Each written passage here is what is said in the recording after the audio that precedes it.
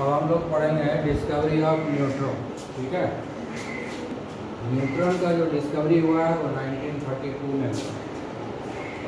ठीक है, उसके पहले ही बहुत सारा मॉडल आ चुका था, तब तक न्यूट्रॉन का कोई डिस्कवरी नहीं हुआ था ना। रदरफोर्ड जो है 1911 में रदरफोर्ड एक्सपेरिमेंट किए थे 1911 में, जबकि 1932 में डिस्कवर हुआ है प्रोटॉन का।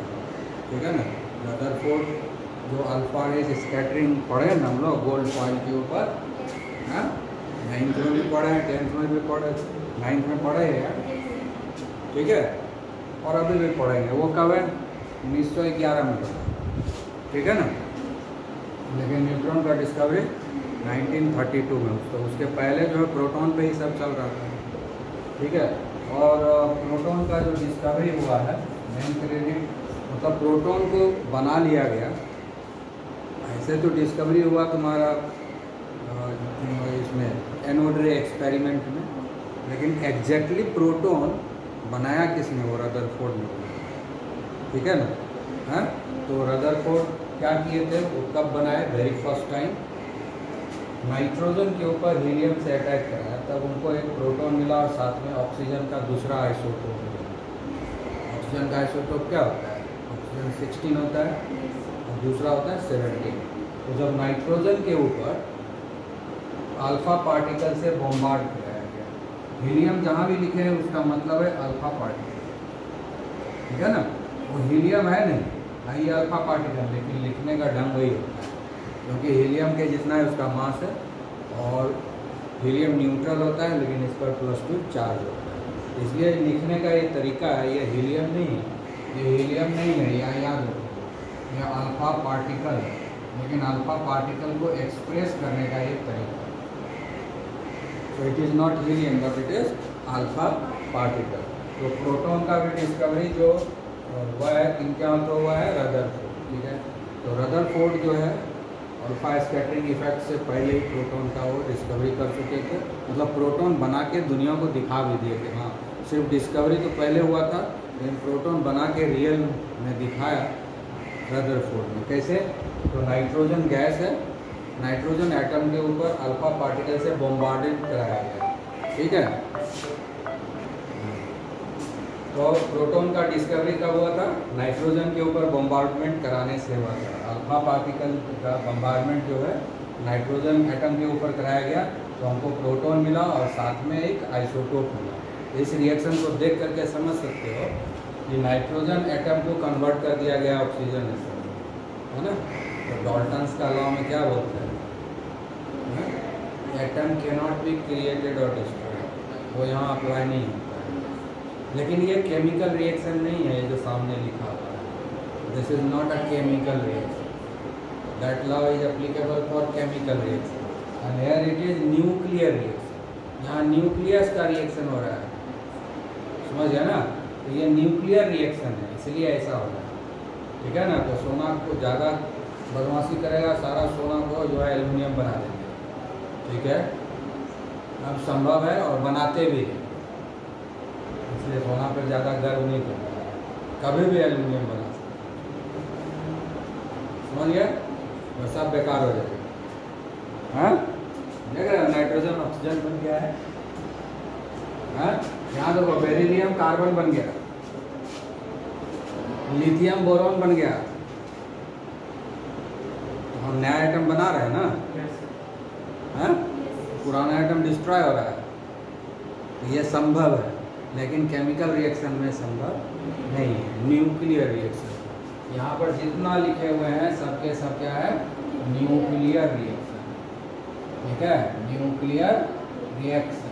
न्यूक्लियर रिएक्शन में ये संभव है कि न्यू एटम का क्रिएशन भी होता है और ओल्ड एटम का डिस्ट्रक्शन होता है। जब हम लोग एटम बॉम्ब चलाते हैं, हाइड्रोजन बॉम्ब चलाते हैं, तो उसमें एटम डिस्ट्रॉय हो जाता है, पूरा का पूरा एटम एनर्जी में कन्वर्ट हो जाता है। जब एटम बॉम्ब चलाते हैं तो पूरा का पूरा एटम एनर्जी में कन्वर्ट हो जाता है। हाइड्रोजन बॉम्ब बनाते हैं, पूरा का पूरा हाइड्रोजन एटम एनर्जी में कन्वर्ट हो जाता है। तो हम एटम को डिस्ट्रॉय कर रहे हैं, है ना। नहीं किसी के ऊपर चलाते हैं तो समुद्र में ले जाके चला देते हैं, रेगिस्तान में ले जाके चला देते हैं, सब तो करते ही है ना, कर ही रहे हैं, ठीक है ना। और कभी मौका मिलेगा तो आदमी पर भी चला देंगे, ठीक है, हैं?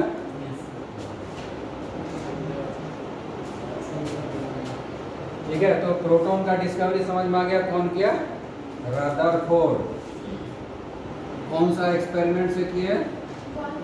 Bombardment of alpha particle over nitrogen atom. bombardment of alpha particle over nitrogen atom gives us the proton and other isotope of oxygen, oxygen 17, ठीक है। अब हम लोग बात कर रहे हैं न्यूट्रॉन का। जब इलेक्ट्रॉन डिस्कवर हो गया, प्रोटॉन डिस्कवर हो गया, तो न्यूट्रलिटी ऑफ एटम एक्सप्लेन, ठीक है। प्रोटॉन पॉजिटिव चार्ज बता रहा है और इलेक्ट्रॉन नेगेटिव चार्ज बता रहा है, और चूंकि सारा एटम न्यूट्रल है, इसका मतलब नंबर ऑफ प्रोटॉन और नंबर ऑफ इलेक्ट्रॉन इक्वल होगा। ये तो एक्सप्लेन हो गया। स्टेबिलिटी भी एक्सप्लेन होगा कि पॉजिटिव और नेगेटिव चार्ज जो है इक्वल क्वांटिटी में, इसीलिए ये न्यूट्रल है और स्टेबल है। लेकिन मास का एक्सप्लेनेशन अभी भी नहीं, ठीक है। तो रिसर्च चलते चलते चैडविक से हो गया ये रिएक्शन, क्योंकि उसके पहले हेनरी बेकेरेल और मैडम क्यूरी 1896 में न्यूक्लियर रिएक्शन कराए थे। न्यूक्लियर रिएक्शन कराने वाले कौन आदमी? First time Henry Becquerel and madam Curie, समझ गया ना, यही दोनों मिल के किए थे ना, हाँ। तो 1896 में ही वो काम हो चुका था, ठीक है, आई बात समझ में।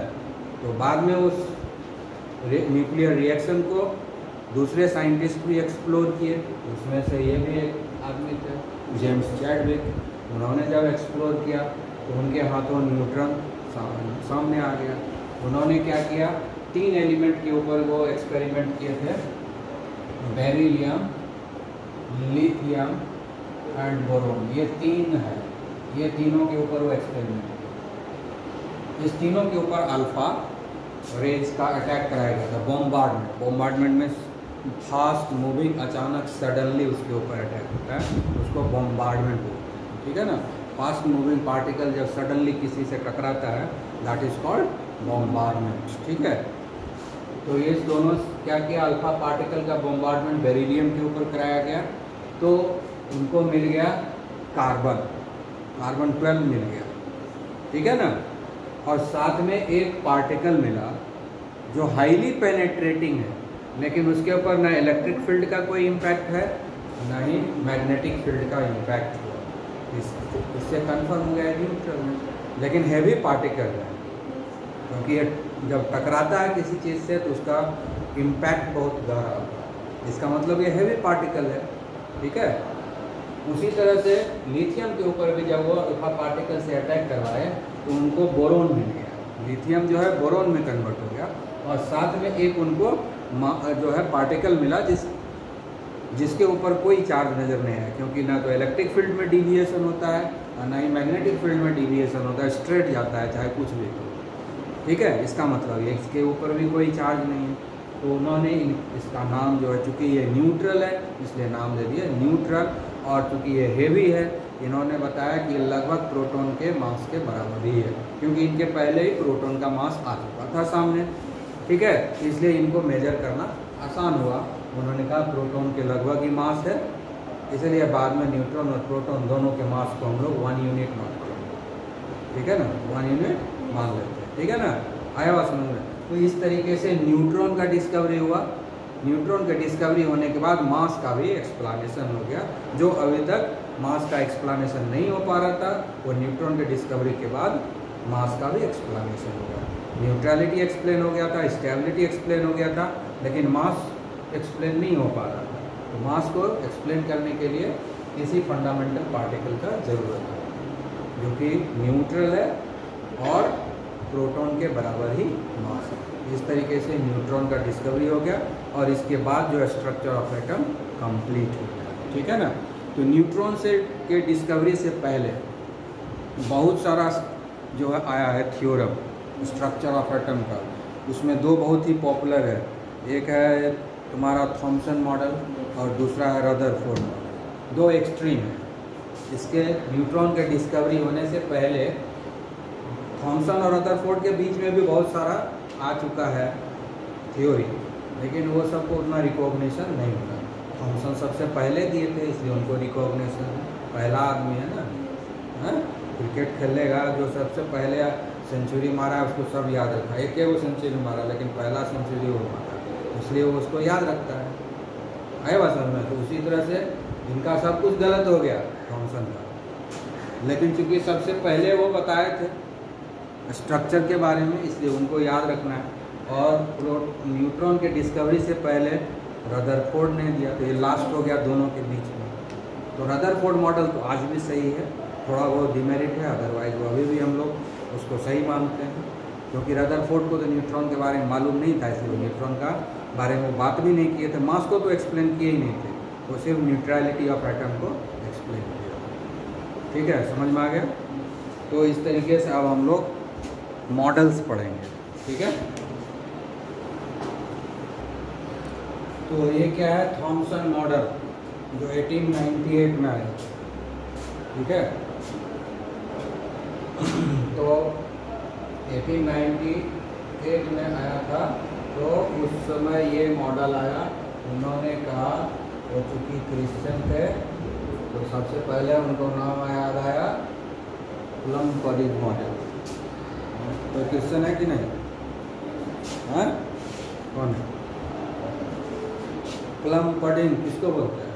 हम लोग जानते हैं, तो अभी क्रिश्चियन लोग यूज ना क्रिसमस। हाँ, क्या है प्लम-पडिंग? तो पुलाव क्या क्या बोलते हैं? डिश है, क्या चीज़ होता है? सूजी से है? प्लम क्या है? लाल लाल रहता है। हाँ, तो ठीक है, तो प्लम-पडिंग, तो उनको सबसे पहले वही नज़र आया कि चारों तरफ जो है वो डिश रहेगा, स्वीट डिश, बीच में वो रेड वाला रहेगा, है ना, बीच बीच में एक ही नहीं रहता है, बहुत सारा रहता है, इसलिए वो सबसे पहले नाम दिया। जब ये मॉडल इंडिया में आया तो उसका नाम हो गया वाटरमेलन। इंडियन सर उसको बोल दिया वाटरमेलन मॉडल, समझ गया ना? ये दोनों नाम दिया हुआ है उन्हीं का, खीर का, समझ गया? ये वाटरमेलन आ गया इंडिया में।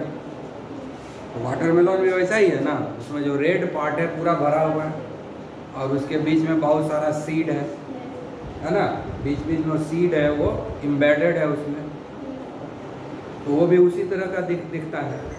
तो बोले ये इसी तरह का मॉडल जो है एटम का है, इसी तरह का मॉडल एटम का। कोई देखा तो नहीं है ना एटम का, जो मॉडल दे रहा है हम पढ़ रहे हैं, है ना हम देखें ना वो देखें। उनके समय में तो देखने का उपाय भी नहीं, हमारे समय में कम से कम देखने का कुछ उपाय भी है, कोशिश कर सकते हैं देखने के लिए। धुंधला दिखता है लेकिन दिखता तो है, उनके समय में तो कुछ था ही नहीं, तो ऐसे ही बता दिए बिना। तो वो क्या होता है कि ये मॉडल है वाटरमेलन मॉडल, जो उसका रेड पार्ट है वो पॉजिटिव चार्ज है। वाटरमेलन मॉडल को हम लोग अच्छे से मानेंगे, इंडियन है ना, तो ज़्यादा वाटरमेलन ज़्यादा समझ में आता है। ठीक है, तो वाटरमेलन में क्या हो गया, तो रेड पार्ट जो है मान लें उसका पॉजिटिव चार्ज, और उसमें जो सीड है वो पूरे में फैला हुआ है ना, पूरे में इम्बेडेड है, पूरे बॉडी में यूनिफॉर्मली। तो वो जितना भी सीड है वो सब के सब, वो सबको हम लोग मान लेंगे नेगेटिव चार्ज। तो पॉजिटिव और नेगेटिव चार्ज एक साथ रहता है, इसीलिए न्यूट्रल है। नंबर ऑफ पॉजिटिव चार्ज मतलब कह सकते हो there is a sea of positive charge into which this negative charge submerged into it और स्विमिंग इनटू इट। ठीक है ना, समुद्र है, उसमें मछली बहुत सारा तैर रहा है। ठीक है, तो समुद्र का पानी जो हो गया पॉजिटिव, और उसमें जो मछली सब है वो नेगेटिव तैर रहा है इधर उधर, समझ गया, इसीलिए न्यूट्रल है।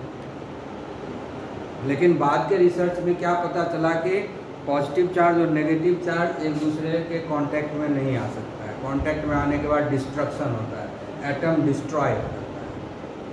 ठीक है, लेकिन दुनिया में कोई भी एटम डिस्ट्रॉय अपने आप होता नहीं है, डिस्ट्रॉय करते हैं तब डिस्ट्रॉय होता है। अपने आप डिस्ट्रॉय नहीं होता है। इसका मतलब है कि टच नहीं कर रहा है। लेकिन इस मॉडल में तो टच होना ही है। हाँ, पड़ोसी के जैसा रह रहा है तो टच होगा ही ना। हाँ, तो कभी भी मार्केट हो सकता है। इसका मतलब ये मॉडल गलत है। ठीक है ना, क्योंकि डिस्ट्रक्शन हो जाएगा, लाठी चल सकता है ना, मथा फट सकता है। इसलिए ये मॉडल रॉन्ग हो गया, इसलिए इस मॉडल को रिजेक्ट कर दिया। आया बात समझ में? हाँ, तो इसलिए चूंकि वेरी फर्स्ट टाइम इन्होंने दिया था, तो जो चीज़ कोई आदमी कोई चीज़ वेरी फर्स्ट टाइम करता है तो वो हमेशा याद रखना पड़ता है। यहीं से शुरुआत हुआ है, कहानी वहीं से शुरू हुई, तो कहानी यहीं से शुरू हुआ है, इसलिए इसको हम भूल नहीं सकते। तो एग्जाम में नहीं पूछेगा, लेकिन भूल नहीं सकते। ठीक है कि नहीं? हाँ, इसके बाद बहुत सारा मॉडल है, वो सबको हम लोग याद नहीं रखते, है ना। घर में भी देखते हो, जो सबसे बड़ा रहता है सबसे छोटा रहता है, दोनों ज़्यादा याद करता है, बीच वाले का कोई वैल्यू नहीं। देखा है घर में? हाँ, जो सबसे बड़ा और सबसे छोटा दोनों का बहुत महत्व रहता है, अब बीच वाला सबका कोई महत्व नहीं है। अगर घर में 4-5 भाई बहन है तो सबसे बड़ा और सबसे छोटा का ही चर्चा होगा, बीच वाला का कोई नहीं। तो वही हालत है, सबसे पहला और बाद में सबसे लास्ट रदरफोर्ड, दोनों को याद कर रहे हैं। अब बीच में जितना आया उसमें किसी का नाम हमको पता भी नहीं है, समझे ना। तो इसलिए इसके बाद हम लोग पढ़ेंगे लास्ट वाला रदरफोर्ड। ठीक है, तो कल पढ़ेंगे लास्ट वाले को।